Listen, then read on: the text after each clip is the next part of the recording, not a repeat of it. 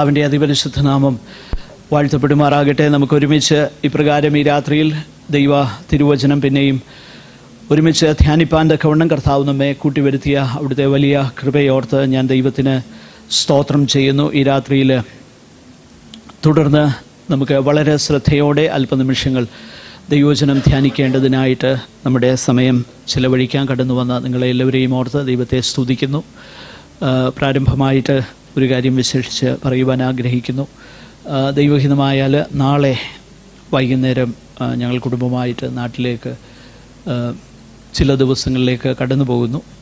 August 11 മടങ്ങി വരും.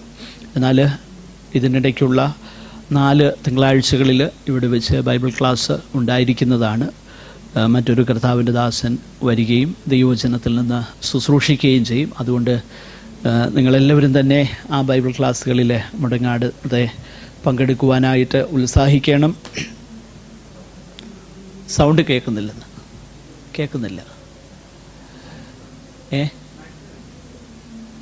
അതില്ലെന്ന്.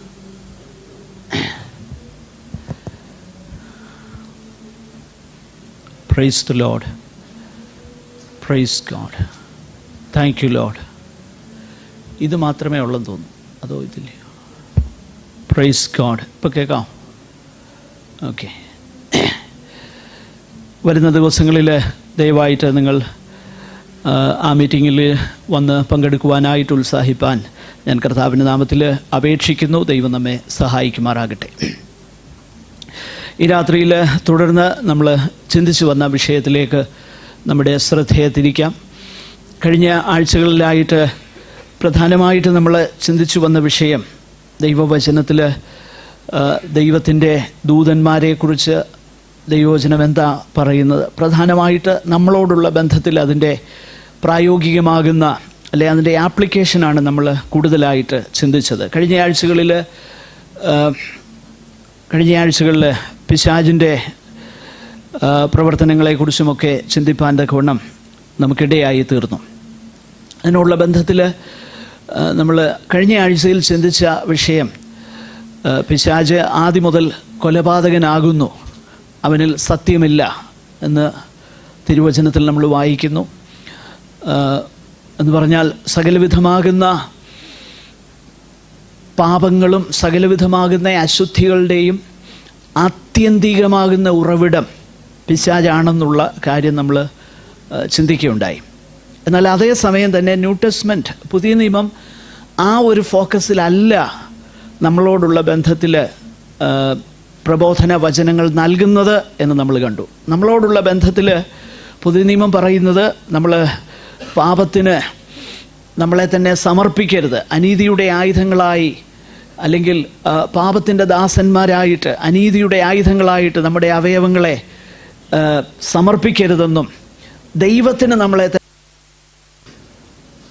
അതുപോലെ കൊരിന്ത് മുതലായ സഭകളിലുള്ളതാകുന്ന പാപപ്രവർത്തികൾക്ക് Paul hold them responsible for the sins, പാപങ്ങൾക്ക് അവരെയാണ് ഉത്തരവാദികളായിട്ട്, നിങ്ങളുടെ ഇടയിൽ നിന്ന് നീക്കിക്കളവീൻ, നിങ്ങൾ ഇന്ന കാര്യം ചെയ്യുവിൻ എന്നൊക്കെ നമ്മൾ വായിക്കുന്നു. എന്നാൽ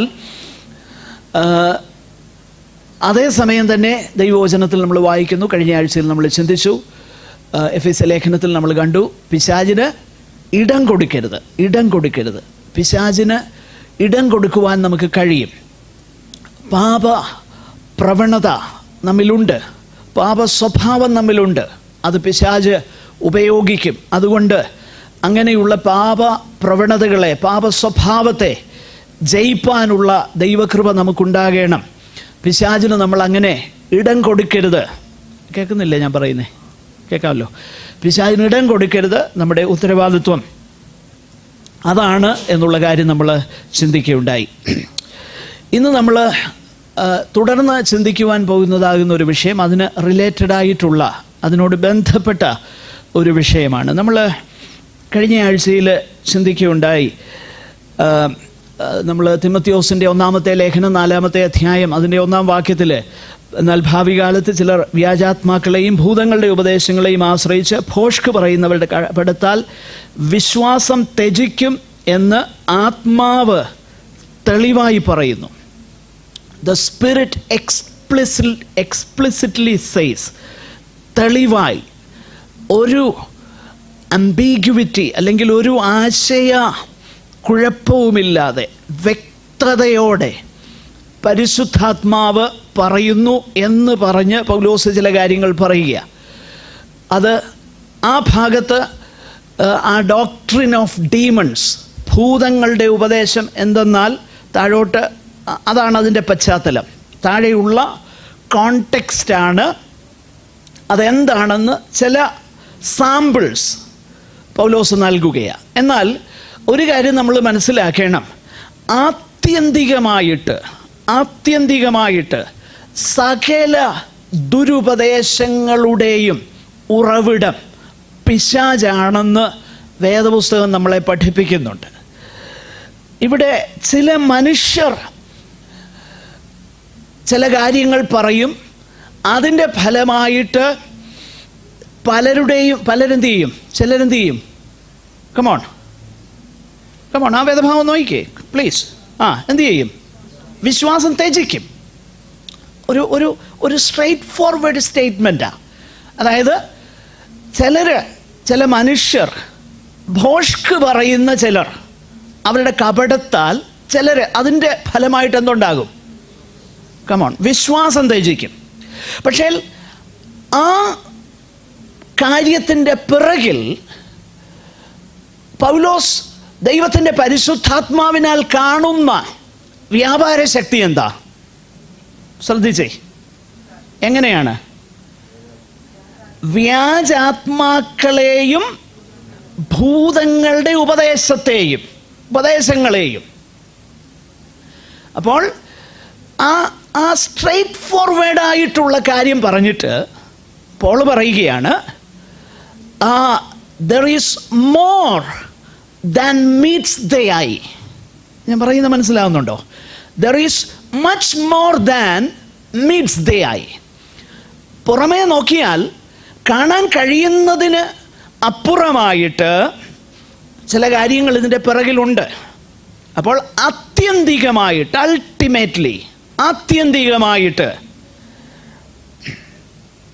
എന്താ അവിടെ ഒരു ബുദ്ധിമുട്ട്?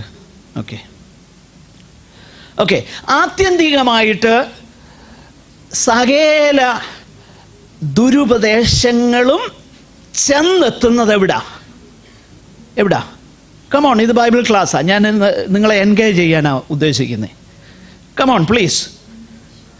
എവിടാ ചെന്നെത്തുന്നേ? അന്ന് വായിച്ചേ ആ വേദഭാഗം ഒന്ന് എല്ലാവരും നോക്കിക്കേ. 1 തിമോത്തിയോസ് 4:1 വായിച്ചേ. എന്നാൽ ഭാവി കാലത്ത് കപടാത്മാക്കളെയും, ശ്രദ്ധിച്ചേ, ഭൂതങ്ങളുടെ ഉപദേശം. പക്ഷേ അതിൻ്റെ മുൻപിൽ ആരെയാ പിശാച് നിർത്തിയേക്കുന്നേ? ഭൂതങ്ങൾ നേരിട്ട് വന്ന് ഒനിഡ TV-യുടെ പരസ്യം പോലെ ഇങ്ങനെ വന്ന് കൊമ്പൊക്കെ വെച്ച് വാലൊക്കെ വെച്ച് ഒന്ന് പറയാന്നോ? അല്ല. പിന്നെങ്ങനാ?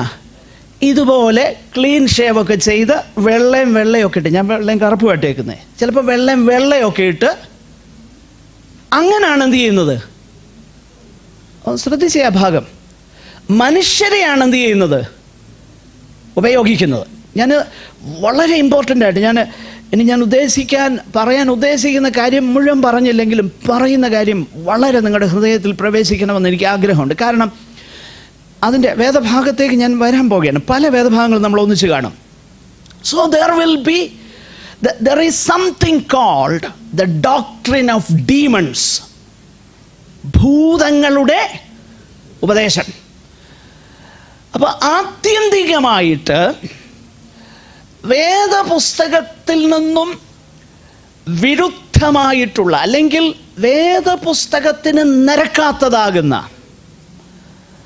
എന്ന് പറഞ്ഞാൽ ഇൻ അപ്പിയറൻസ് തോന്നും വേദപുസ്തകത്തിൽ. കാരണം അതിൻ്റെ ഏറ്റവും ക്ലിയർ എക്സാമ്പിൾ ഞാൻ കൂടെ പറയുന്നൊരു കാര്യമാണ്, എങ്കിലും വീണ്ടും പറയുക, വളരെ ഇമ്പോർട്ടൻ്റ് ആയിട്ടുള്ള കാര്യമാണ്. കർത്താവ് വേദപുസ്തകത്തിൽ നിന്ന് കോട്ട് ചെയ്തു പിശാചിനെ ജയിക്കുന്ന സന്ദർഭത്തിൽ ഉടനെ പിശാച് പറഞ്ഞു, എഴുതിയിട്ടുണ്ടല്ലോ, നിൻ്റെ കാല് കല്ലിൽ തട്ടിപ്പോകാതിരിപ്പാൻ ദൈവം എന്ത് ചെയ്യും? ദൂതന്മാരോട് കൽപ്പിക്കുമെന്ന് എഴുതിയിട്ടുണ്ട്. ഉടനെ കർത്താവ്, അത് വാക്യമല്ലേ? അത് വാക്യമാണോ അല്ലയോ? വേദപുസ്തകത്തിലെ വാക്യമാണ്. ആണല്ലോ. പിശാച് വേദപുസ്തകത്തിലെ വാക്യം കോട്ട് ചെയ്തു. പക്ഷെ പ്രശ്നം അവിടെ അല്ല. ആ വാക്യത്തിൻ്റെ മുകളിലുണ്ട് കാര്യങ്ങൾ. ഉടനെ കർത്താവ് എന്നാ പറയുന്നേ? ഇതും കൂടെ ഇപ്പൊ വേദപുസ്തകത്തിലെ ഒരു വാക്യം എടുത്തേച്ച് ഇന്നതാണെന്ന് പറയുന്ന വ്യാജ ആത്മാക്കൾ, കപട ഉപദേശം, അതിനെ വേദപുസ്തകം വിളിക്കുന്നത് ഭൂതങ്ങളുടെ ഉപദേശം എന്നാ. Doctrine of demons. ഞാൻ അതിൻ്റെ വിശദാംശങ്ങളിലേക്ക് വരാം. അപ്പോൾ അങ്ങനെ ഒരു കാര്യം നമ്മളോടുള്ള ബന്ധത്തിലുണ്ട് എന്നുള്ള കാര്യം മറന്നു പോകരുത്. അതിനകത്ത് മനുഷ്യരാണ് അതിന് മുഖാന്തരമാകുന്നത്. ഇനി എങ്ങനെ ഇതിൽ നിന്ന് രക്ഷപ്പെടാൻ കഴിയുമെന്നൊക്കെയുള്ള കാര്യം ഞാൻ പറയാം. അത് വളരെ ഇമ്പോർട്ടൻ്റാണ്. ഞാൻ നിങ്ങളോട് പറയുന്നത് ഇത് ആഴ്ചകൾ മനസ്സിൽ ധ്യാനിക്കുകയും പഠിക്കുകയും ഒത്തിരി സമയം വേദപുസ്തകം വായിക്കുകയും ഒരുപാട് സമയം പ്രാർത്ഥിക്കുകയും മറ്റനേക ദൈവഭൃത്യന്മാരെ വായിക്കുകയും ഒക്കെ ചെയ്തതിൻ്റെ ഫലം. അല്ല ചുമ്മാ ഒരു പ്രസംഗം, ഒരു ക്ലാസ് നടത്താൻ വേണ്ടിയിട്ടല്ല ഞാനിവിടെ വന്നിരിക്കുന്നത്. I take every word I speak so seriously. കാരണം എനിക്കറിയാം ഇത് ഇറ്റേണൽ റാമിഫിക്കേഷൻ, നിത്യമാകുന്ന ഫലങ്ങൾ ഉളവാക്കുന്നതായതുകൊണ്ട് ഞാനത് I take it so seriously.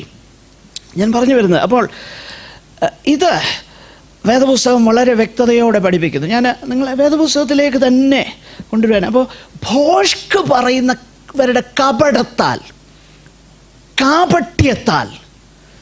അവരുടെ കാപട്യത്താൽ ആത്യന്തികമായിട്ട് എന്ത് സംഭവിക്കും?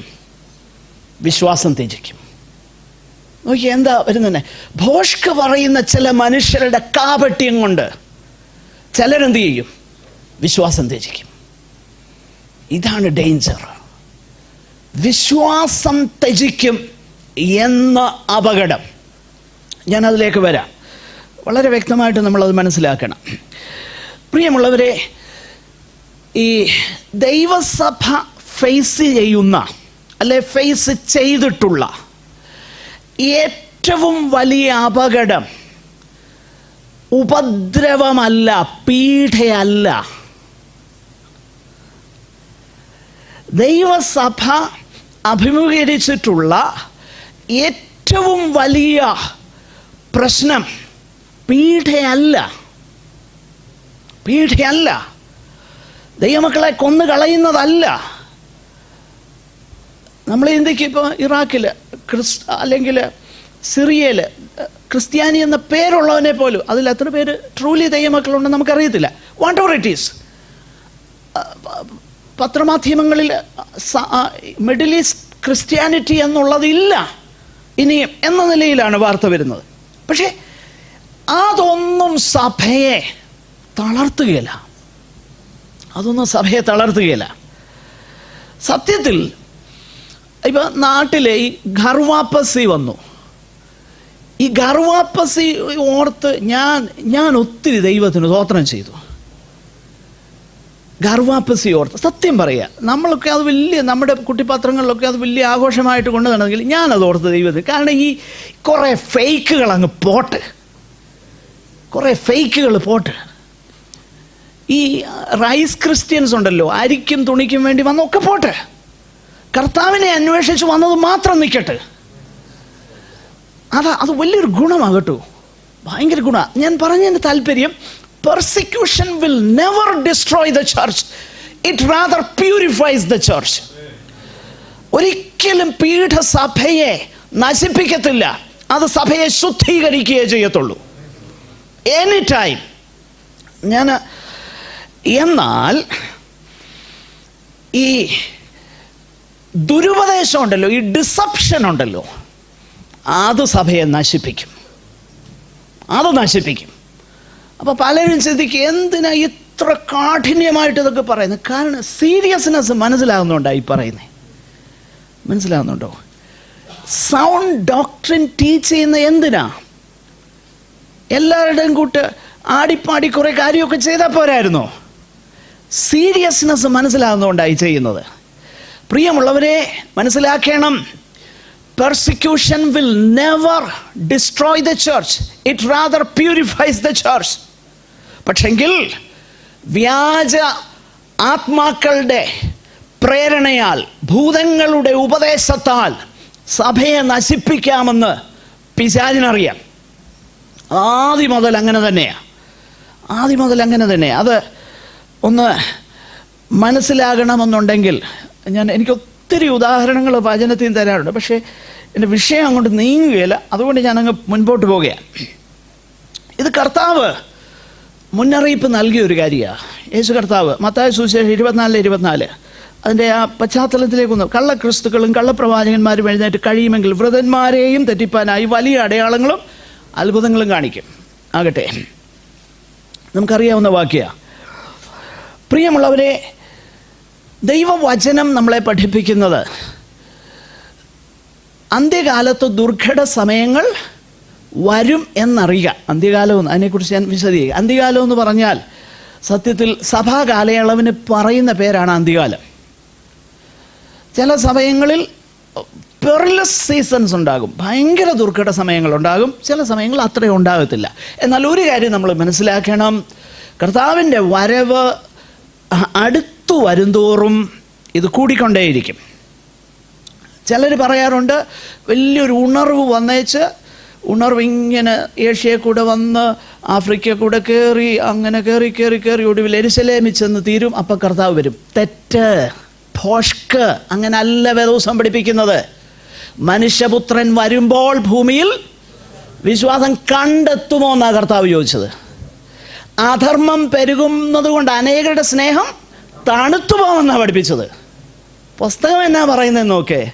ഉണർവല്ല വരാൻ പോകുന്നത്, വിശ്വാസത്യാഗമാണ് വരാൻ പോകുന്നത്. കാരണം ഭോഷ്ക് പറയുന്ന അവരുടെ കപടത്താൽ അനേകരെന്ത് ചെയ്യും? വിശ്വാസം ത്യജിക്കും, വിശ്വാസത്യാഗമുണ്ടാകും. ഉണർവല്ല. ഞാൻ ഉണർവിന് വേണ്ടി പ്രാർത്ഥിക്കുന്നയാളാണ്.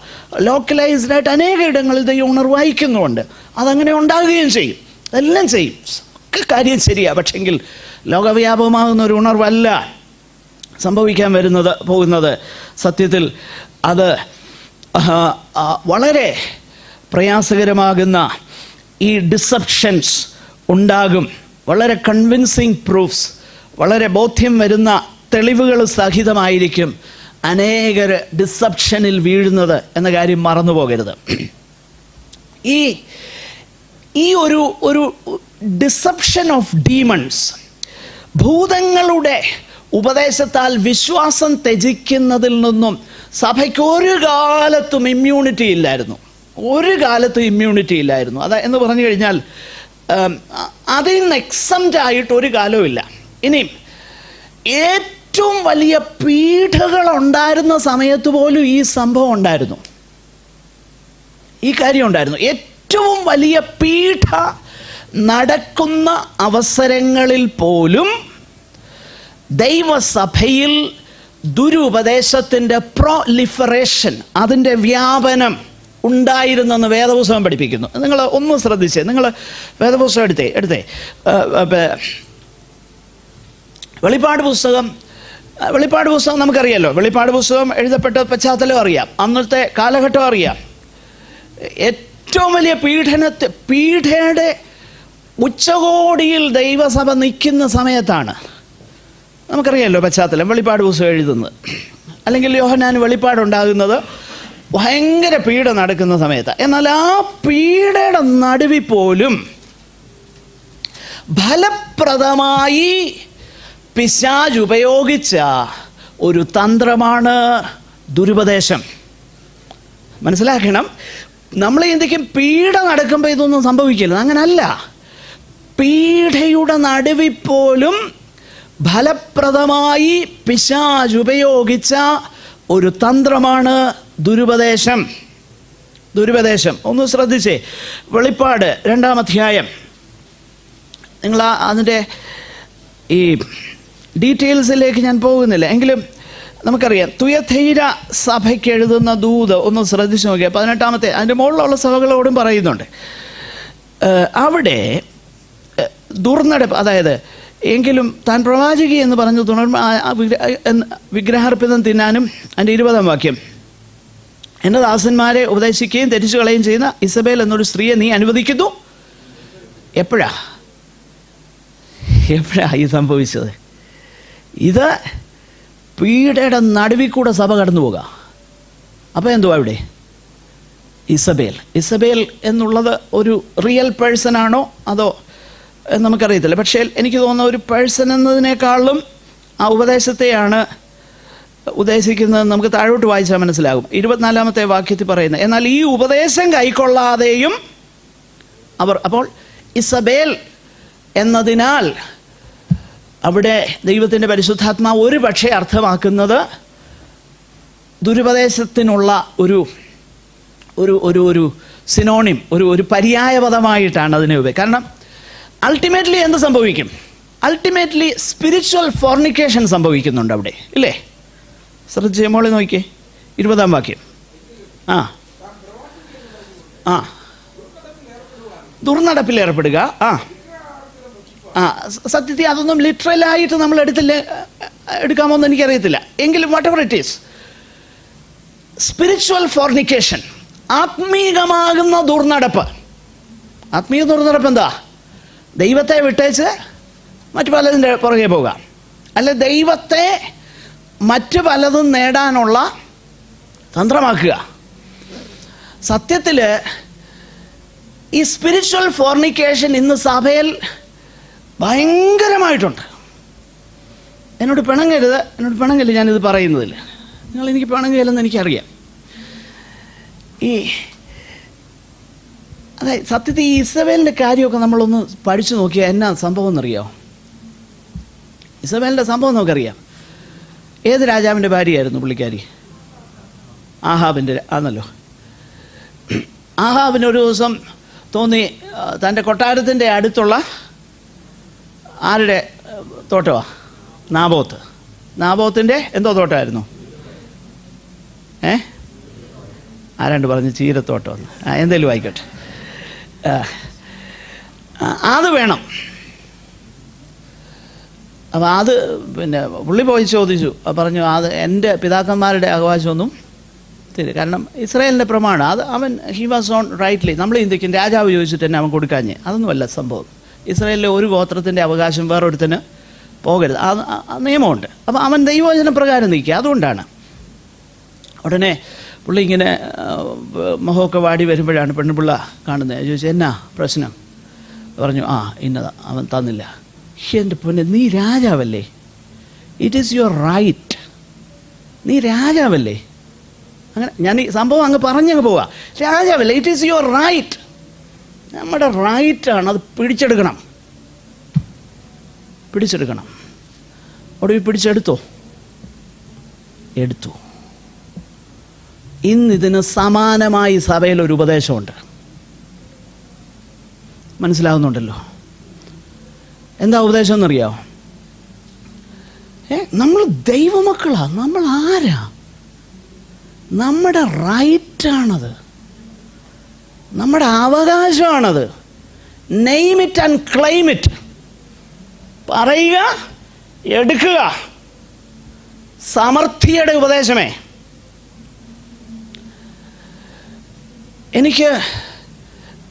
ഞാൻ വളരെ ബഹുമാനിക്കുന്ന ഒരു പ്രിയപ്പെട്ടവൻ, ഞാൻ ഇത് പറയുന്ന എനിക്കറിയാം, ഇത് ഒത്തിരി പേര് വാച്ച് ചെയ്യുന്ന, ഒരു പക്ഷേ അദ്ദേഹം ഇത് വാച്ച് ചെയ്യുമായിരിക്കും, ഐ ഡോണ്ട് നോ. പക്ഷേ ഞാൻ വ്യക്തിയല്ല, എനിക്ക് ആശയങ്ങളെ ഖണ്ഡിക്കാൻ എനിക്ക് താല്പര്യമുണ്ട്. I join issue with that. എനിക്കത് വിഷയമല്ല. അദ്ദേഹം പറഞ്ഞൊരു കാര്യം, ഈ സമർത്ഥിയുടെ ഉപദേശമുണ്ട്, സമർത്ഥിക്കെതിരായ ഉപദേശമുണ്ട്. ഇത് തമ്മിലുള്ള പ്രശ്നം. സമർത്ഥിയുടെ ഉപദേശക്കാർ പറയും രക്ഷ വേണ്ട, സമർത്ഥി, അതാണ് സമർത്ഥിയുടെ ഉപദേശം. എന്നിട്ട് അദ്ദേഹം പറഞ്ഞു അല്ല, രക്ഷയും വേണം, പിന്നെ അതിൻ്റെ കൂടെ ഒക്കെ മറ്റേത് വേണം. അതൊന്നും കുഴപ്പമുണ്ടെന്നൊന്നും ഈ ഒരാൾക്കൊരു നല്ല കാറുള്ളതോ ഒരു വീടുള്ളതോ ബാങ്ക് ബാലൻസ് ഉള്ളതോ ഒന്നും അതിൽ തന്നെ തെറ്റല്ല. അതൊക്കെ ഈ ഭൂമിയിൽ ആവശ്യമാണ്. Nothing wrong about that. പക്ഷേ അതല്ല സമർത്ഥിയുടെ ഉപദേശം. അത് ദൈവജനത്തെ കബളിപ്പിക്കലാണ്. കാരണം സമർത്ഥിയുടെ ഉപദേശം അതല്ല. സമർത്ഥിയുടെ ഉപദേശം പഠിപ്പിക്കുന്നത് അതങ്ങനെയല്ല. അവർ പഠിപ്പിക്കുന്നത് നിങ്ങൾ ദൈവമക്കളാണോ, ആണെങ്കിൽ you have to have this best of both worlds. ഇവിടെ നിങ്ങൾക്ക് സകല സമ്പൽ സമൃദ്ധിയും കിട്ടും, രോഗമില്ലാത്ത ശരീരം കിട്ടും, ആരോഗ്യം കിട്ടും, നിങ്ങൾ ചിന്തിക്കുന്നതെല്ലാം നിങ്ങൾക്ക് ക്ലെയിം ചെയ്യാം, ഒടുവിൽ നിത്യജീവനും കിട്ടും. ഇതാ സമൃദ്ധിയുടെ ഉപദേശം. ഇതാ സമൃദ്ധിയുടെ ഉപദേശം. വേദപുസ്തകത്തിൻ്റെ ഉപദേശം അതല്ല. ഞാൻ ചോദിക്കട്ടെ, ഇസബേൽ പറഞ്ഞത് ആഹാബിന് കിട്ടിയോ? കിട്ടി. കഴിഞ്ഞ സമയങ്ങളിലൊക്കെ എന്നെ വല്ലാതെ അലട്ടിയ ഒരു പ്രശ്നമുണ്ട്. മറ്റൊന്നുമല്ല, Lord, Y don't you confirm what I say? എനിക്ക് ബോധ്യമുണ്ട് ഞാൻ ഈ പറയുന്നത് വേദപുസ്തകത്തിൽ മാനുഷികമാകുന്ന തെറ്റുകൾ എന്നിലില്ലെന്നല്ല ഞാൻ പറയുന്നത്. തെറ്റുകൾ വരാം, പക്ഷേ എനിക്ക് ബോധ്യമുണ്ട് ഞാൻ പറയുന്നതെന്നല്ല, വേദപുസ്തകത്തിൻ്റെ വെളിച്ചത്തിൽ പറയാൻ ഞാൻ പരിശ്രമിക്കുന്നുണ്ട്. അതിനുവേണ്ടി ഞാൻ താല്പര്യപ്പെടുന്നുണ്ട്. അപ്പം ഞാൻ കർത്താവിനോട് ചോദിച്ചു, why don't you confirm that with signs and wonders? പക്ഷേ എനിക്ക് അതിൻ്റെ ഉത്തരം കിട്ടി. ഓൺ ദി അതർ ഹാൻഡ്, ഈ ദുരുപദേശം പറയുന്ന പലയിടത്തും കാര്യം നടക്കുന്നുണ്ടല്ലോ. എല്ലാം അല്ല, ഇപ്പം മുടന്തനൊന്നും എഴുന്നേറ്റ് പോകുന്നൊന്നുമില്ല, കണ്ണ് കാണാത്തവൻ്റെ കണ്ണ് തുറക്കുന്നുമില്ല, അതില്ല. പിന്നെ ഈ സാമർത്ഥ്യമൊക്കെ കിട്ടുന്നുണ്ട്. പക്ഷെങ്കിൽ എങ്ങനെയുള്ള സമൃദ്ധിയാണെന്നറിയാമോ? ആഹാബിൻ്റെ സമൃദ്ധി പോലെ. അത് എങ്ങനെ അത് കിട്ടിയെന്നറിയാമോ? അറിയാമല്ലോ, ഞാൻ ഇനി കൂടുതൽ പറയണ്ടല്ലോ. അപ്പം ഡോക്ട്രിൻ ഓഫ് ജിസബേൽ എന്ന് പറഞ്ഞാൽ എന്താ? കവച്ചസ്നെസ്, അത്യാഗ്രഹം, ദ്രവ്യാഗ്രഹം, ഈ ലോകത്തിലെ സമ്പത്തുകൾ വാരിക്കൂട്ടാനുള്ള പ്രേരണ ഉള്ളിൽ തരുന്ന പൈശാചിക ഉപദേശം. Doctrine of demons. അത് സഭ ഏറ്റവും വലിയ പീഡനത്തിൽ കൂടെ കടന്നുപോയ കാലത്തുണ്ടായി. സമ്പത്ത്, ധനം, അതിൽ തന്നെ തെറ്റല്ല, പാപമല്ല. നമ്മൾ മനസ്സിലാക്കണം. നമ്മുടെ ശരീരത്തിന് ഉടുപ്പ് വേണം, ഭക്ഷണം വേണം, ഇതെല്ലാം കർത്താവ് തന്നെ പറഞ്ഞിട്ടുണ്ട് വേണമെന്ന്. പിന്നെ who am I to say it is a wrong thing? No, അങ്ങനല്ല ഞാൻ പറയുന്നത്. പക്ഷെങ്കിൽ കവച്ചസ്നെസ്, എൻ്റെ പ്രിയപ്പെട്ടവരെ, ഈ ഒരു ഉപദേശം, അത് ആദ്യമേ ഞാനങ്ങ് പറയാം, പിന്നീട് സമയം കിട്ടിയില്ലല്ലോ.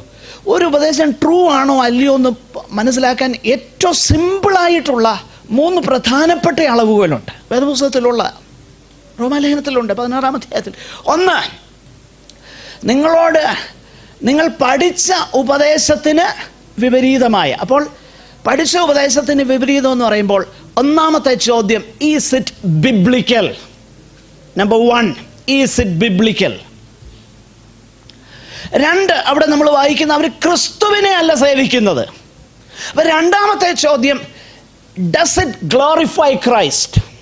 ഒന്നാമത്തേത്, ഇത് വേദ അനുസരണമാണോ? 2, ഇത് ക്രിസ്തുവിനെ മഹത്വീകരിക്കുന്നതാണോ? 3, does it increase or does it lead to holiness? തീത്തോസിന്റെ ലേഖനത്തിലുണ്ട്, തിമോഥെയോസിന്റെ 1-ാം ലേഖനം 6-ാം അധ്യായത്തിലുണ്ട്, ഭക്തിക്കൊത്ത ഉപദേശം. തീത്തോസിന്റെ ലേഖനം 1-ാം അധ്യായത്തിലുണ്ട്, 1 തിമോഥെയോസ് 6-ൽ ഉണ്ട്, ഭക്തിക്കൊത്ത ഉപദേശം. അപ്പം 3 ചോദ്യങ്ങൾ പ്രധാനമായിട്ട്. 1, ഇത് വചനപ്രകാരമാണോ? 2, ഇത് ക്രിസ്തുവിൻ്റെ നാമം മഹത്വപ്പെടുത്തുന്നു. 3, ഇത് ദൈവഭക്തി ഉളവാക്കുന്നതാണോ? ദൈവഭക്തി എന്ന് പറഞ്ഞാൽ തന്നെ എന്താ? ദൈവത്തോടുള്ള സ്നേഹം, ദൈവത്തോടുള്ള ഭയം, ദൈവത്തോടുള്ള വാഞ്ച. ഈ 3 കാര്യം കൂടെ ചേരുന്നതാ ദൈവഭക്തി. ദൈവസ്നേഹം, ദൈവഭയം, ദൈവത്തോടുള്ള അതിയായ വാഞ്ച, എ ഹങ്കർ ഫോർ ഗാഡ്. അതുകൊണ്ട് അമ്മാൻ നീർത്തോടുകളിലേക്ക് ചെല്ലുവാൻ കാംക്ഷിക്കുന്നത് പോലെ, ദൈവമേ എൻ്റെ ആത്മാവ് അങ്ങയോട് ചേരാൻ. C, nothing. സ്വർഗത്തിൽ എനിക്ക് ആരുള്ളൂ, ഭൂമിയിലും അങ്ങേ അല്ലാതെ ഒന്നും ആഗ്രഹിക്കുന്നില്ല. തൻ്റെ ഇടത്തോടെ പറയാൻ കഴിയണം. അതായത് if everything is taken away today from me, ദൈവമക്കൾ ഇത് ധൈര്യത്തോടെ പറയാൻ, തൻ്റെ അടുത്തോടെ നെഞ്ചത്ത് കൈവച്ച് പറയാൻ നമുക്ക് ധൈര്യം ഉണ്ടാകണം. നമ്മുടെ ആരോഗ്യം, നമ്മുടെ സൗഖ്യം, നമ്മുടെ സമ്പത്ത്, ഇതെല്ലാം ഇന്ന് നമ്മിൽ നിന്ന് മാറ്റപ്പെട്ടാൽ അന്നേരവും ദ ലോർഡ് ഈസ് ഗുഡ്, യഹോവ നല്ലവനാണെന്ന് പറയാൻ കഴിയുന്നവനായ യഥാർത്ഥ ഭക്തൻ. അല്ലാതെ കാര്യങ്ങൾ നന്നാകുമ്പം നല്ലവനാണെന്ന് പറയാൻ ആർക്കാ കഴിയാത്തെ? ദൈവം നല്ലവനാണെന്ന് പറയാൻ ആർക്കാ പറ്റാത്തേ? അതൊന്നും വലിയ കാര്യമൊന്നുമല്ല. അന്നേരം വന്ന് കിടന്ന് ചാടാനൊന്നും ഒരു വിഷമവും ഇല്ല. ഉണ്ടോ? ഒരു വിഷമമില്ല. ഞാൻ പറഞ്ഞു വരുന്ന താല്പര്യം, this is the dangerous that we are facing. ഈ ഒരു അപകടമാണ് ദൈവസഭ ഫേസ് ചെയ്യുന്നത്. അപ്പോൾ മനസ്സിലാക്കണം, when everything else is taken away, when we are left with nothing but God, എല്ലാം എടുത്തൊന്ന് മാറ്റി ചിന്തിക്കുക, ദൈവം മാത്രം. ആ സന്ദർഭത്തിൽ യോബിനെ പോലെ പറയാൻ കഴിയണം, യഹോവ തന്നു, യഹോവ എടുത്തു, അവിടുത്തെ നാമം വാഴ്ത്തപ്പെടുമാറാകട്ടെ. ഇന്ന് നമ്മുടെ പ്രശ്നം എന്താണെന്നറിയാം, ഇന്ന് ഈ ബൈബിൾ സ്റ്റോറീസിൻ്റെ എല്ലാ അവസാനം നമുക്കറിയാം. നമ്മൾ ഈ അവസാനം വെച്ചുകൊണ്ടാണ് ആദ്യം വായിക്കുന്നത്. അങ്ങനെയൊന്നുമല്ല വായിക്കണം. നമ്മൾ അവരുടെ ഷൂസിൽ നിന്ന് കാര്യങ്ങൾ അങ്ങോട്ട് മനസ്സിലാക്കണം. തിരിച്ചു തന്ന കാര്യമാണ് ആദ്യം പറയുന്നത്. നോ, അതല്ല അതിൻ്റെ കാര്യം. ഗോഡ് ഈസ് വർത്തി. സാത്താൻ എന്നാ പറയുന്നത്? നീ വെറുതെയല്ല യോബ് സേവിക്കുന്നത്. ദൈവമേ അങ്ങെല്ലാം കൊടുത്തേക്ക, പിന്നെ സേവിക്കാൻ എന്നാ പ്രയാസം? ഇതാണോ നമ്മളെക്കുറിച്ച് പറയുന്നത്? ഇതാണോ പറയുന്നത്? നമ്മളെ തൊണ്ട് ചോദിക്കുക, ഇതാണോ എന്നെക്കുറിച്ച് പിശാച് പറയുന്നേ? അവൻ ഇന്നാള് എന്നാ കുഴപ്പം എന്തുവാ? കാര്യങ്ങളെല്ലാം നന്നായിട്ട് പോകുന്നു, പിന്നെ സേവിക്കുന്നതിന്? No, God is worthy. ദൈവം യോഗ്യനാ. അപ്പോൾ ദൈവത്തോടുള്ള താല്പര്യം നമ്മളിൽ കൂട്ടാത്ത സകലതിനെയും സംശയ ദൃഷ്ടിയോട് വേണം ദൈവമക്കൾ കാണാൻ. ദൈവത്തോടുള്ള സ്നേഹവും താല്പര്യവും വാഞ്ചയും നമ്മളിൽ വർദ്ധിപ്പിക്കാത്ത സകലതിനെയും ഒരു സംശയ ദൃഷ്ടിയോട് വേണം നമ്മൾ കാണാൻ. എൻ്റെ വിഷയം എങ്ങും എത്തുമെന്ന് തോന്നുന്നില്ല. എനിവേ, നമുക്ക് മുൻപോട്ട് പോകാം. ഇത് ഒന്നുകൂടെ നമുക്കൊന്ന് ശ്രദ്ധിക്കാം.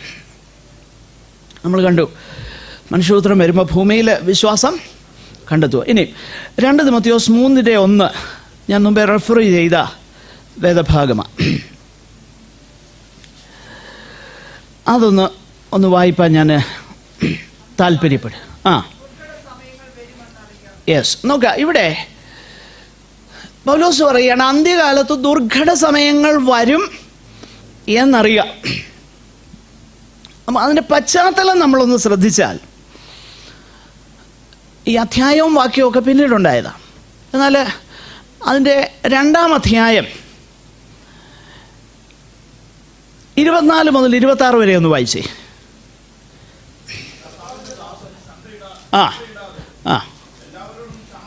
Okay, yes. എന്നിട്ട് വിരോധികൾക്ക് നോക്കണം, സത്യത്തിൻ്റെ പരിജ്ഞാനത്തിനായി മാനസാന്തരം നൽകുമോ എന്ന് വെച്ച് എന്നും നോക്കാം. അപ്പോൾ ഈ മുകളിൽ ചില ഒരു കൂട്ടരെ കുറിച്ച് പറഞ്ഞു. അതായത് ഉദാഹരണത്തിന് 16-ാം വാക്യത്തിൽ ഭക്തിവിരുദ്ധമായ വൃഥാലാഭങ്ങളെക്കുറിച്ച് പറഞ്ഞു.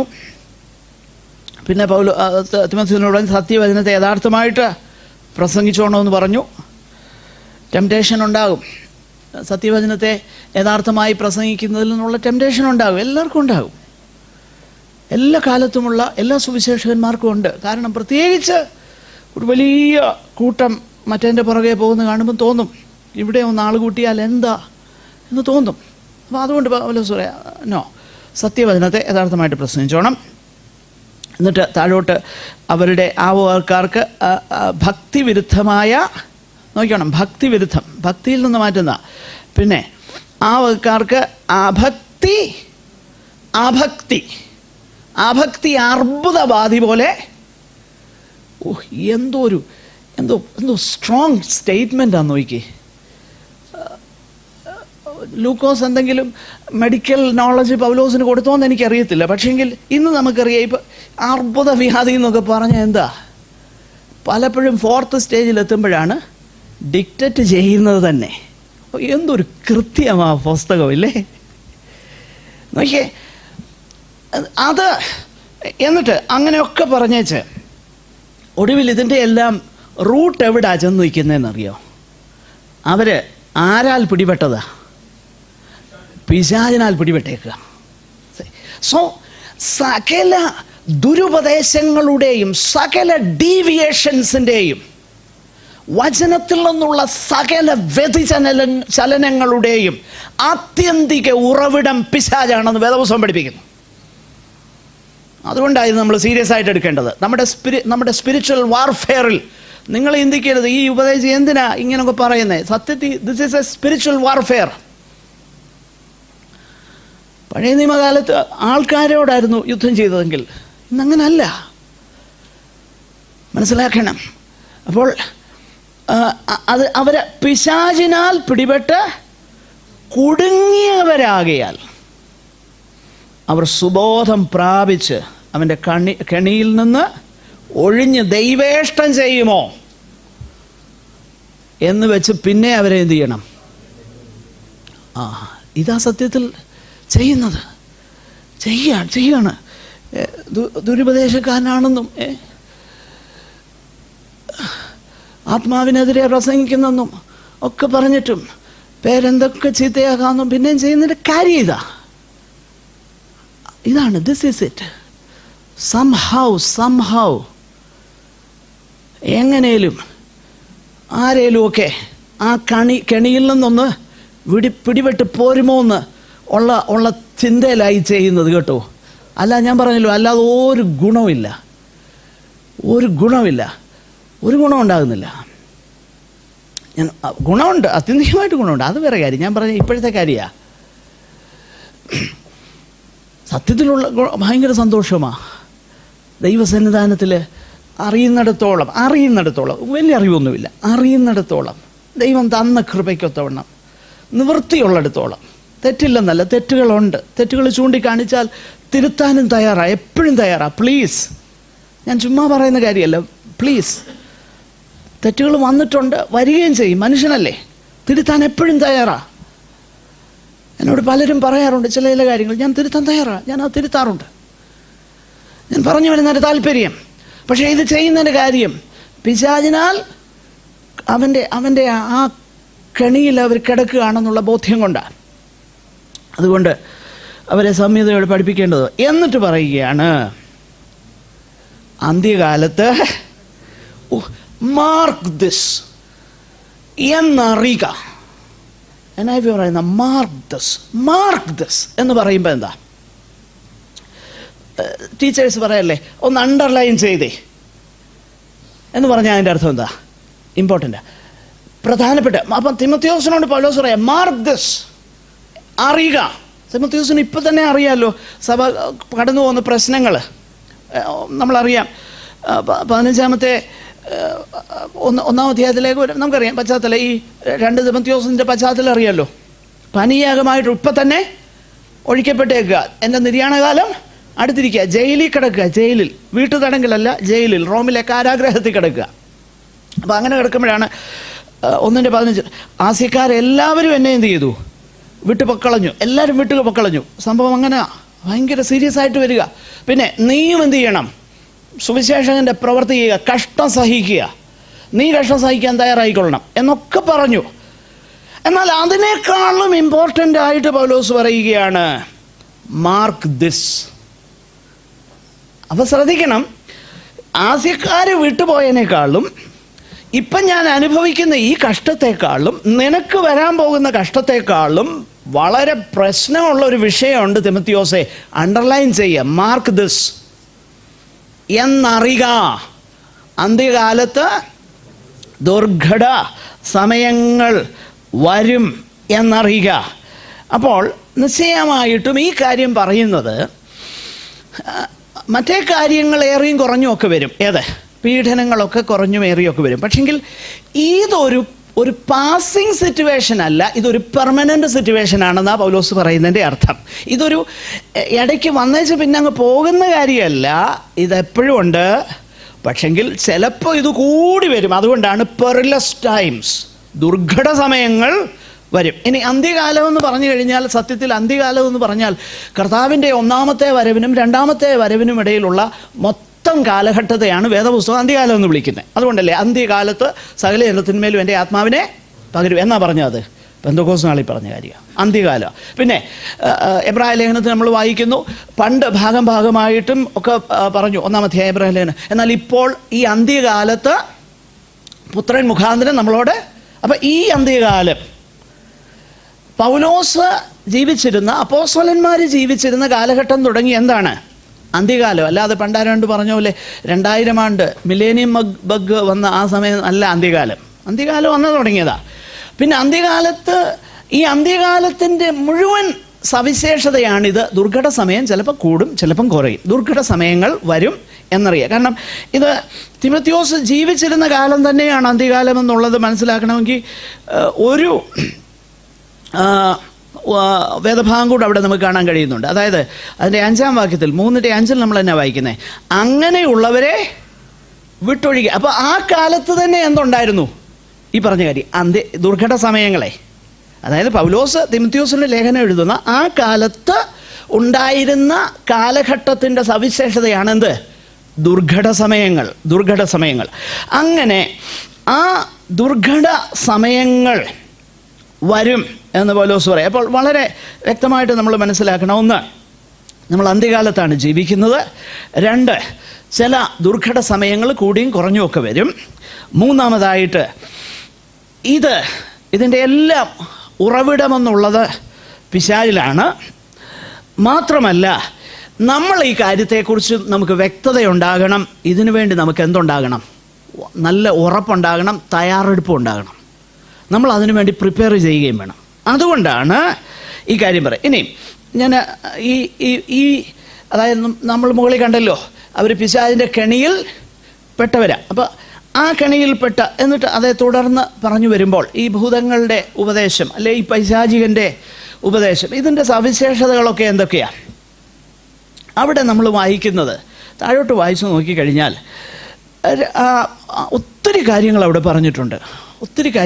എന്നാൽ പ്രധാനമായിട്ട് ആവർത്തിച്ച് പറഞ്ഞേക്കുന്ന ഒരു കാര്യം സ്നേഹത്തെക്കുറിച്ചാണ് പറഞ്ഞേക്കുന്നത്.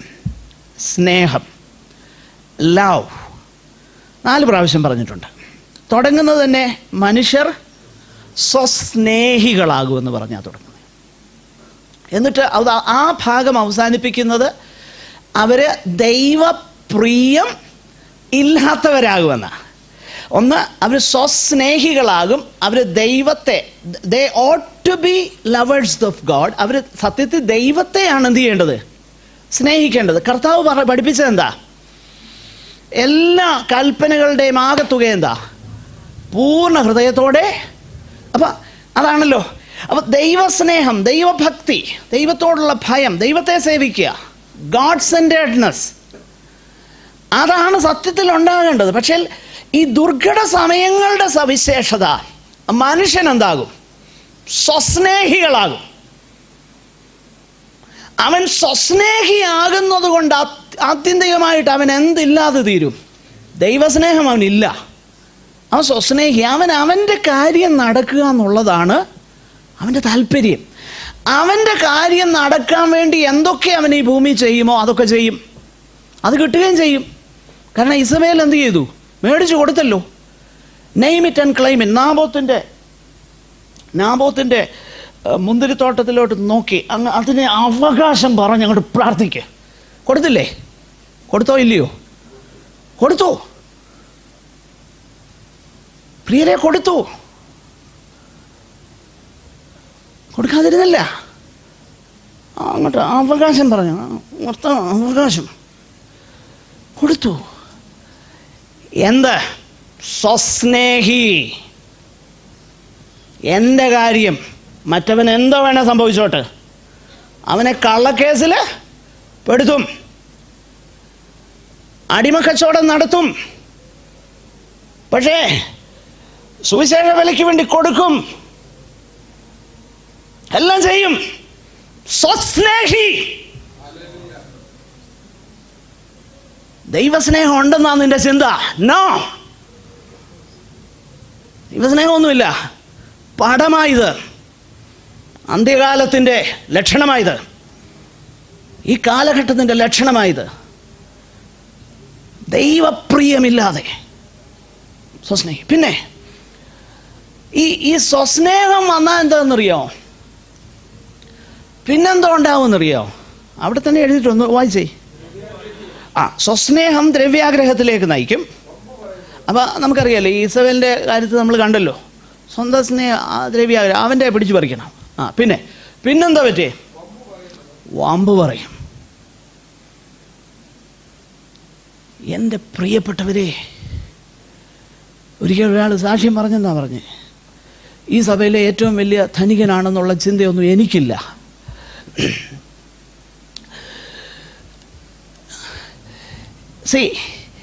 ഏതാ ആ കണക്ഷൻ ഒന്ന് ചിന്തിച്ചേ, ഇതെല്ലാം ഇതിൽ നിന്നാ വരുന്നേ. വമ്പ് പറയുക, ബ്രാഗിങ്. കൊടുത്തതിനെ കുറിച്ചും അവിടെ സുവിശേഷയിലേക്ക് കൊടുത്തു, ഇവിടെ പിന്നെ നോർത്ത് ഇന്ത്യയിൽ അനാഥാലയം നടത്തുന്നു, എന്തെല്ലാണ് അല്ലേ? ഇതൊന്നും തെറ്റാണെന്ന് ഞാൻ പറയുന്നില്ല, ദൈവമക്കൾ ചെയ്യണം. ഞാൻ പറയുന്ന എന്താണെന്ന് നമ്മൾ മനസ്സിലാക്കുക, കറക്റ്റ് കോണ്ടെക്സ്റ്റ് മനസ്സിലാക്കണം. അല്ലാതെ ചുമ്മാ ഇയാൾ കുറേ പേരെ ചീത്ത പറഞ്ഞെന്നാരും പറയല്ലേ, പ്ലീസ്. വ്യക്തമായിട്ട് മനസ്സിലാക്കണം എന്തായി പറഞ്ഞു വരുന്നതെന്ന്. സ്വസ്നേഹികളായി തീർന്ന എന്ത് സംഭവിക്കും അന്ത്യകാലത്ത്? നോക്കി, നമ്മൾ ചിന്തിച്ചു, നിങ്ങൾ ഓർക്കും ഡോക്ട്രിൻ ഓഫ് ഡീമൺസ് എന്ന് പറഞ്ഞാൽ വലിയ ഏതാണ്ട് ഭയങ്കര കാര്യം പറയാൻ വരിക എന്നാ നിങ്ങളെല്ലാം ചിന്തിച്ചതെന്ന് എനിക്കറിയാം.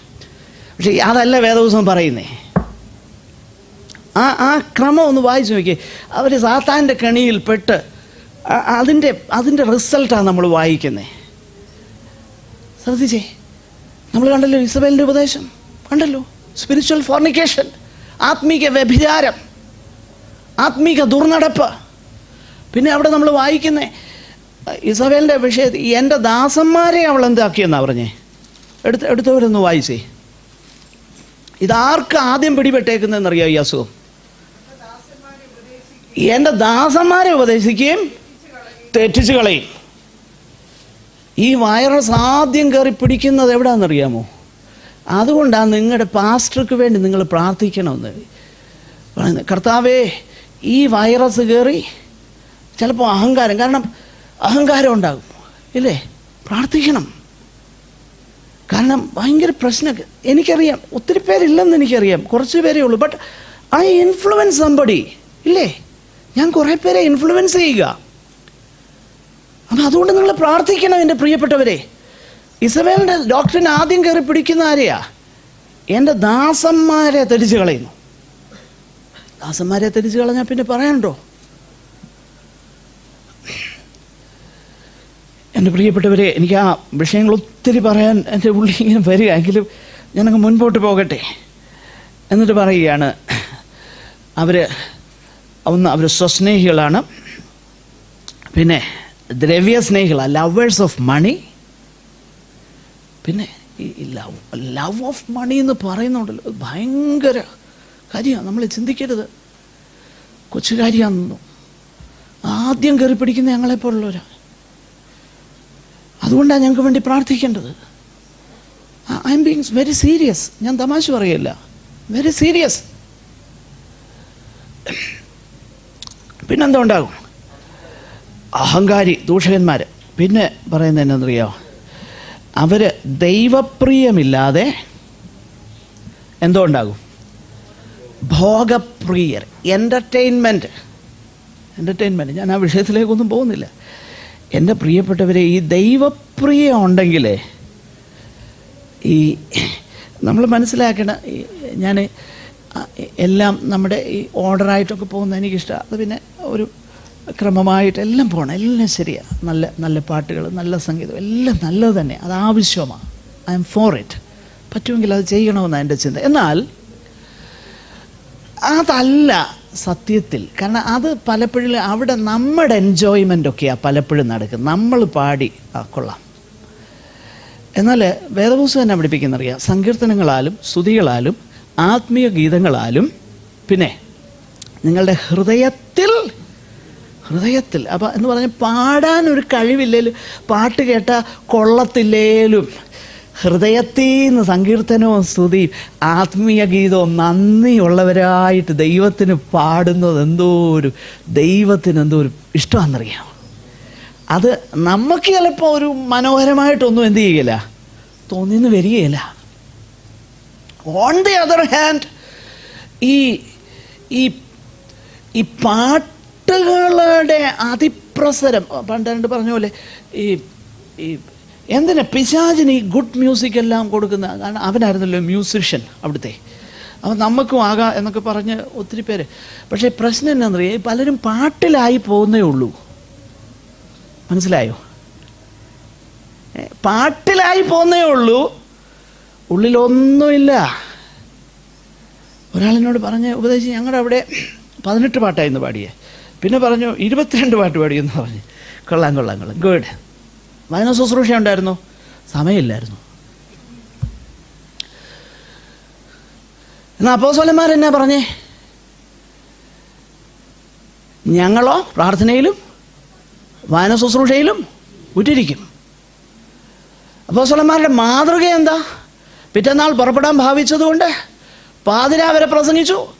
ഒരുവൻ ഉറങ്ങി താഴെ വീണ് മരിച്ചു, എന്നിട്ട് എടുത്തോണ്ട് വന്ന് പ്രാർത്ഥിച്ചു ഉയർപ്പിച്ചത് രാവിലെ വരെ സംസാരിച്ചു. അങ്ങനെയാണോ പുസ്തകം?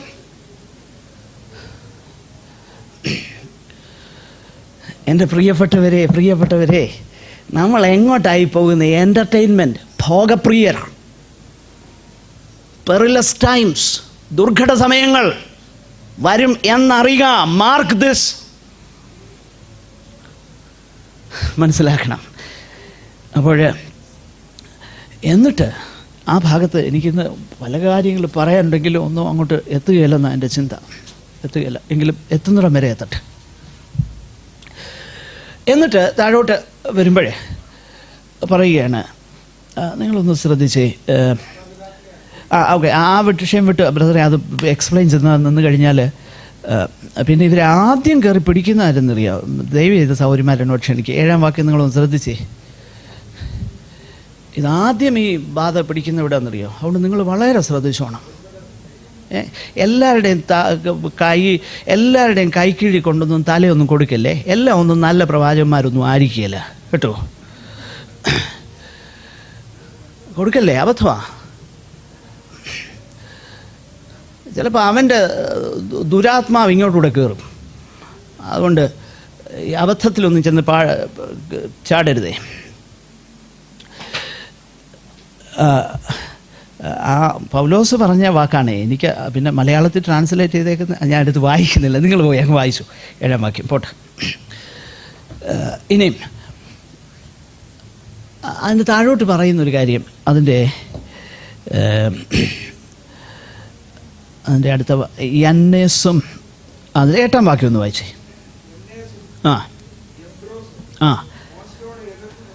ഈ കൂട്ടത്തിലുള്ളവർ എന്ന് പറഞ്ഞു വെച്ച് എന്ന് പറഞ്ഞാൽ ഈ മോളിൽ പറയുന്ന കൂട്ടത്തിലുള്ളവർ. എന്നിട്ട് പറയാ യന്നേസും എംബ്രസും മോശയോട്. സത്യത്തിൽ ഇതൊരു ഹീബ്രു അവരുടെ എന്താ പറയുന്നത്, അവരുടെ ഇടയിലുള്ള ഒരു ഫോക്ലോറാണിത്. ഫോക്ലോറല്ല, അവർ ഇങ്ങനെ പറഞ്ഞു വരുന്നൊരു കാര്യമാണ്. അതായത് മോശയോട് എതിർത്ത് നിന്ന പിന്നെ ഫറവോൻ്റെ മന്ത്രവാദികളുണ്ടല്ലോ, സത്യത്തിൽ അവരുടെ പേരാണ് എബ്രായ ചിന്തയായത്. എബ്രായരുടെ ഇടയിൽ ഉണ്ടായിരുന്ന ഒരു ചിന്തയാണ്. ആ 2 പേരുടെ പേരാണ് ഇവിടെ എഴുതിയേക്കുന്നത്.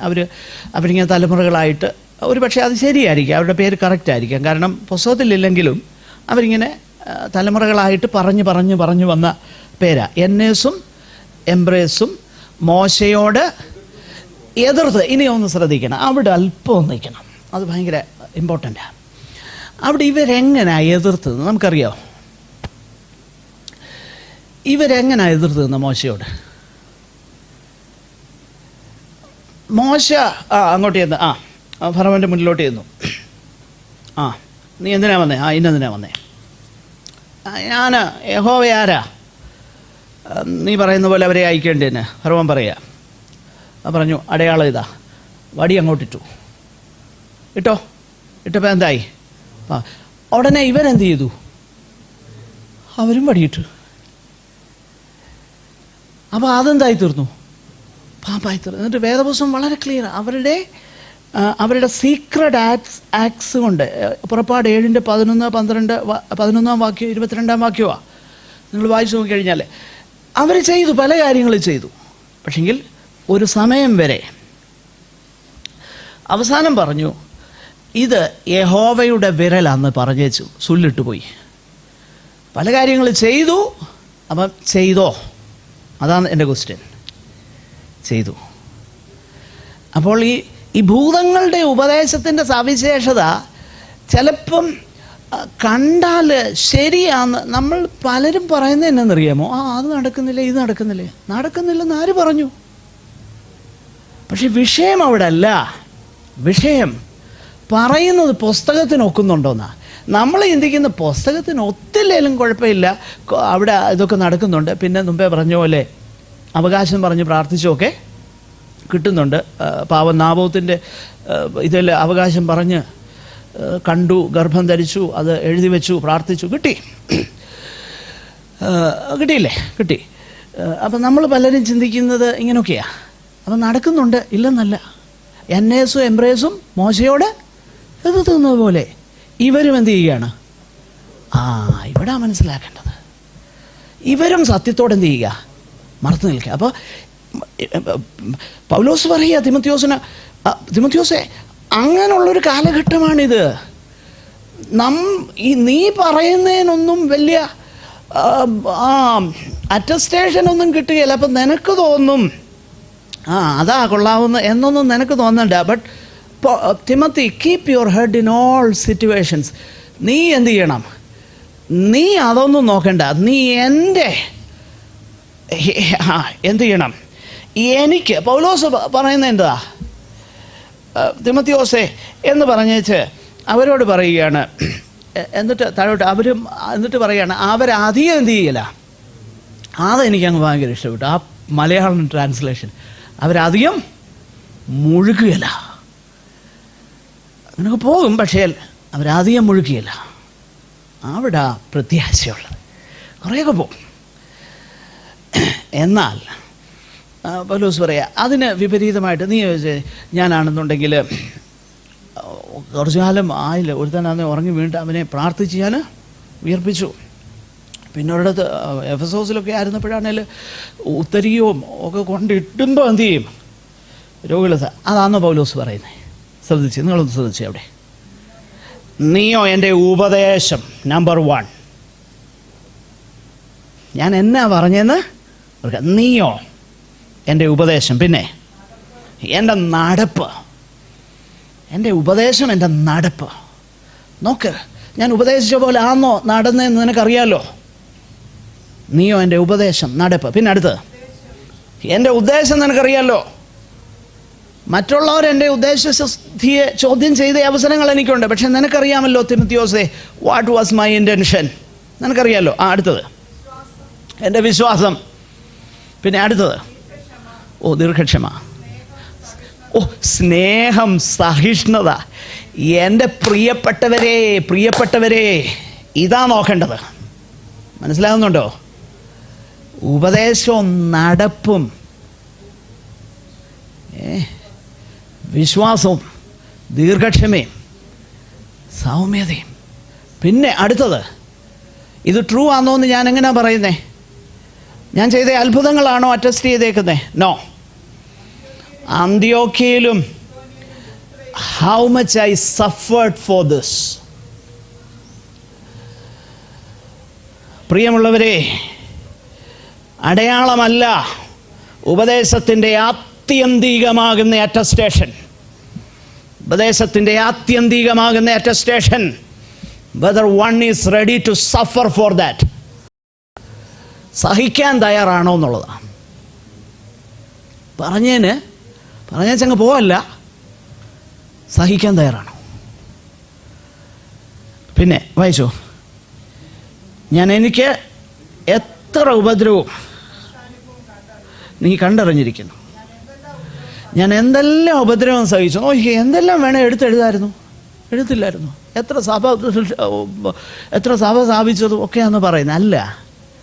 ഞാൻ എന്തെല്ലാം ഉപദ്രവം സഹിച്ചു എന്ന് പറഞ്ഞു കഴിഞ്ഞാൽ, തിമോത്തിയോസേ നീ ഒന്ന് ചിന്തിച്ചേ, മാർക്ക് ദിസ്. ഇത് വെറുതെ അല്ലായിരുന്നു. മറ്റൊരിടത്ത് പറയുന്നത്, എഫെസോസിൽ വെച്ച് മൃഗയുദ്ധം ചെയ്തത് മാനുഷ്യമെന്ന് വരികിൽ കേവലം ഹ്യൂമൻലി ആയിരുന്നു. ഇതിൻ്റെയൊക്കെ ആവശ്യം എനിക്കുണ്ടായിരുന്നു. ഞാൻ ഇതെല്ലാം സഹിച്ചു. അത് എവിടെ കിടക്കുന്നത്? അപ്പം ഈ ഇസബേലിൻ്റെ ഡോക്ടറിൻ പഠിപ്പിക്കുന്നവരോട് എനിക്ക് ഈ അധ്യായവും അടുത്ത അധ്യായവുമാണ് ചൂണ്ടിക്കാണിക്കാനുള്ളത്.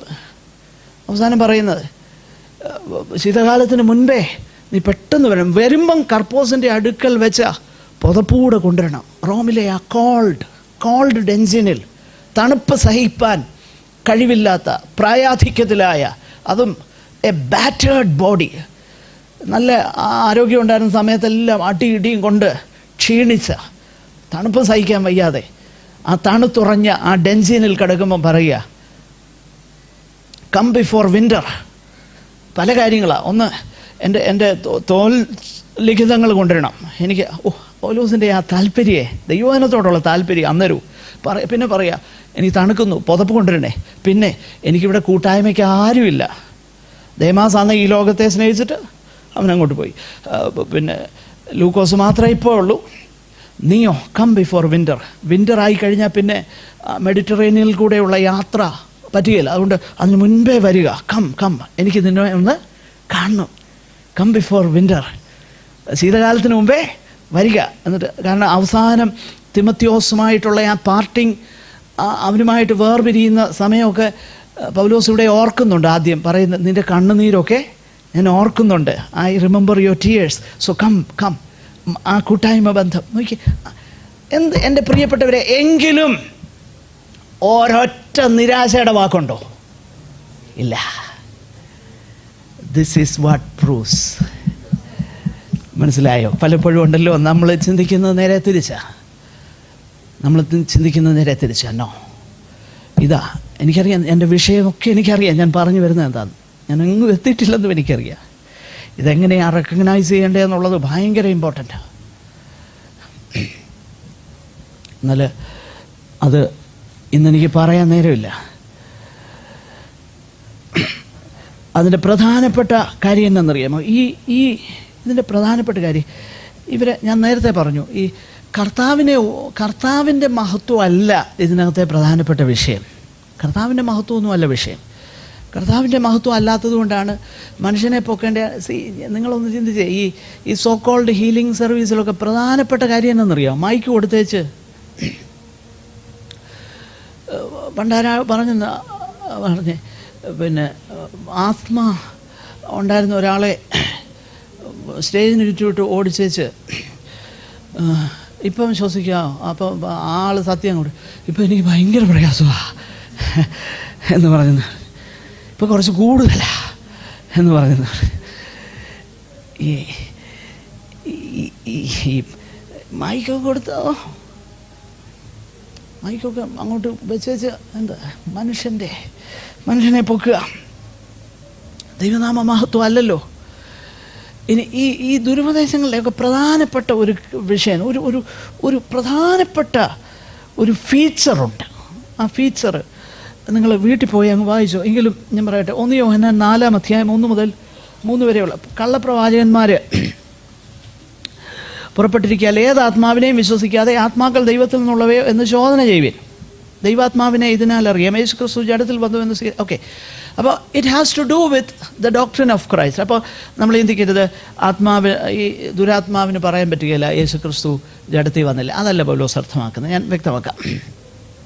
ഇനിയും നിങ്ങൾ ആ 1 തിമോത്തിയോസിൻ്റെ ലേഖനത്തിൽ വന്നാൽ, ഈ 4-ാം അധ്യായത്തിൽ നമ്മൾ കണ്ടല്ലോ, 1 തിമോത്തിയോസ് 4-ാം അധ്യായത്തിൽ കണ്ടു. അതായത് ഭാവി കാലത്ത് ഇന്നതിന് സംഭവിക്കുക. അതിൻ്റെ തൊട്ട് മോളിൽ പറഞ്ഞേക്കുന്ന കാര്യം എന്നാണെന്നറിയാം? ഒന്ന് വായിക്കാമോ? ദൈവഭക്തിയുടെ മർമ്മം എന്താ? 3:16 ജഡത്തിൽ വെളിപ്പെട്ടു, ആത്മാവിൽ നീതീകരിക്കപ്പെട്ടു എന്ന് പറഞ്ഞാൽ യേശു ക്രിസ്തു ജഡത്തിൽ ഇവിടെ വെളിപ്പെട്ടു എന്ന് പറഞ്ഞാണ് അടുത്തത് പറയുന്നത് ഭാവി കാലത്ത് ഇന്നത്. അപ്പോൾ എപ്പോഴും ദുരുപദേശങ്ങളുടെ ഒരു സവിശേഷത സംവേർ, നിങ്ങൾ അതുകൊണ്ടാണ് ദൈവമക്കൾ ദൈവവചനം മനസ്സിലാക്കേണ്ട കാര്യം, സംവേർ യേശു ക്രിസ്തുവിനോടുള്ള ബന്ധത്തിൽ എവിടെയെങ്കിലുമൊക്കെ നമ്മൾ അറിയാതെ ഒരല്പം പാഷാണം കയറ്റിവിടും, സ്ലോ പോയ്സണിങ്. ഇനിയും ഇന്നത് ഇങ്ങനെ യേശു ക്രിസ്തുവിനോടുള്ള ബന്ധത്തിൽ ചെയ്യുന്നതിൻ്റെ പ്രധാനമായിട്ട് ചെയ്യുന്നതെന്നറിയാമോ? ഈ കർത്താവിൻ്റെ ക്രോസിനോടുള്ള ബന്ധത്തിലും കൂടെയാണ് ഇത് ചെയ്യുന്നത്. അപ്പം നമുക്ക്, ഞാൻ കഴിഞ്ഞ ഒരാഴ്ചയ്ക്ക് മുമ്പ് ഈ കാര്യം പറഞ്ഞല്ലോ, അതായത് ഈ കർത്താവിൻ്റെ ക്രൂശിലെ മരണം ഒരു പരാജയമാണെന്നൊക്കെ. അപ്പോൾ ചിലരൊക്കെ എന്നോട് പറഞ്ഞു, പാസ്റ്ററെ ഞാൻ ഇതിനു മുമ്പ് പലരും ഇത് പറയുന്നത് കേട്ടിട്ടുണ്ട്, പക്ഷേ ഇത് സീരിയസ് ആണെന്ന് എനിക്ക് മനസ്സിലായില്ല. അപ്പോൾ നോക്കിയേ, ഇത്ര സീരിയസ് ആണ് ഈ കാര്യമെന്ന് എനിക്ക് മനസ്സിലായില്ലെന്ന് പറഞ്ഞു. നിങ്ങളതിൻ്റെ ആ പൊരുളും ഒന്ന് ഗ്രഹിക്കണം. ഞാനൊന്ന് ചോദിക്കട്ടെ, എന്താ പിശാചിന് ക്രൂശിക്കപ്പെട്ട ക്രിസ്തുവിനോട് ഇത്ര വിരോധം? അതിൻ്റെ കാര്യം എന്നറിയാം? അതിൻ്റെ ഒന്നാമത്തെ കാര്യം നിങ്ങളൊന്ന് ശ്രദ്ധിച്ച് നോക്കിക്കഴിഞ്ഞാൽ, ഈ ക്രൂശിലാണ് അവനെ പരാജയപ്പെടുത്തിയത്. അതല്ലേ? വാഴ്ചകളെയും അധികാരങ്ങളെയും ആയുധവർഗം വെപ്പിച്ചു, അവരെ ക്രൂശിൽ അവരെന്ത് ചെയ്തു? ക്രൂശിൽ അവരെ പരസ്യമായ കാഴ്ചയാക്കി, അവരുടെ മേലെന്ത് ചെയ്തു? ജയോത്സവം കൊണ്ടാക്കി. എവിടെ? അതുകൊണ്ടാണ് ഇവൻ ഇതിനോട് ഇത്ര വിരോധം. ക്രൂശിക്കപ്പെട്ട ക്രിസ്തുവിനോട് ഇത്ര പക എന്നറിയോ? ഇതാ കാര്യം. എന്നിട്ട് ഒരു വാക്യം കൂടെ ഒന്ന് ശ്രദ്ധിച്ച്, എബ്രായർ 2:14, അതെ, മക്കൾ ജഡരക്തങ്ങളോട് കൂടിയവരാകൊണ്ട് അവനും അവരെ പോലെ, യേശു കർത്താവ് അവരെ പോലെ ജഡരക്തങ്ങളോട് കൂടിയവനായി മരണത്തിൻ്റെ അധികാരിയായ പിശാചിനെ തൻ്റെ മരണത്താൽ നീക്കി ജീവപര്യന്ത മരണഭീതിയാൽ അടിമകളായിരുന്നവരെ ഒക്കെയും എന്ത് ചെയ്തു? ക്രൂശില കർത്താവിൻ്റെ മരണത്താൽ. The devil was decisively defeated on the cross when the Lord Jesus Christ was crucified in the body. ശരീരത്തിൽ, ജഡശരീരത്തിൽ കർത്താവ് ക്രൂശിക്കപ്പെട്ടപ്പോൾ ജഡരക്തങ്ങളോട് കൂടിയവനായിട്ട് മരണത്തിൻ്റെ അധികാരിയായ പിശാചിനെ എന്ത് ചെയ്തു? തൻ്റെ മരണത്താൽ നീക്കി. പിശാചിന് ഇഷ്ടക്കേട് വരുമോ ഇല്ലയോ? അപ്പോൾ നിങ്ങൾ പറ, അവൻ പറയിപ്പിക്കുമോ ക്രൂശ് പരാജയമാണെന്ന്? പറയിപ്പിക്കും. പെന്തക്കോസ്തുകാർ വിശ്വസിക്കുമോ? അത് കേട്ട് വിശ്വസിക്കുമെന്ന് മാത്രമല്ല, അവർ ആത്മാവിലാകും.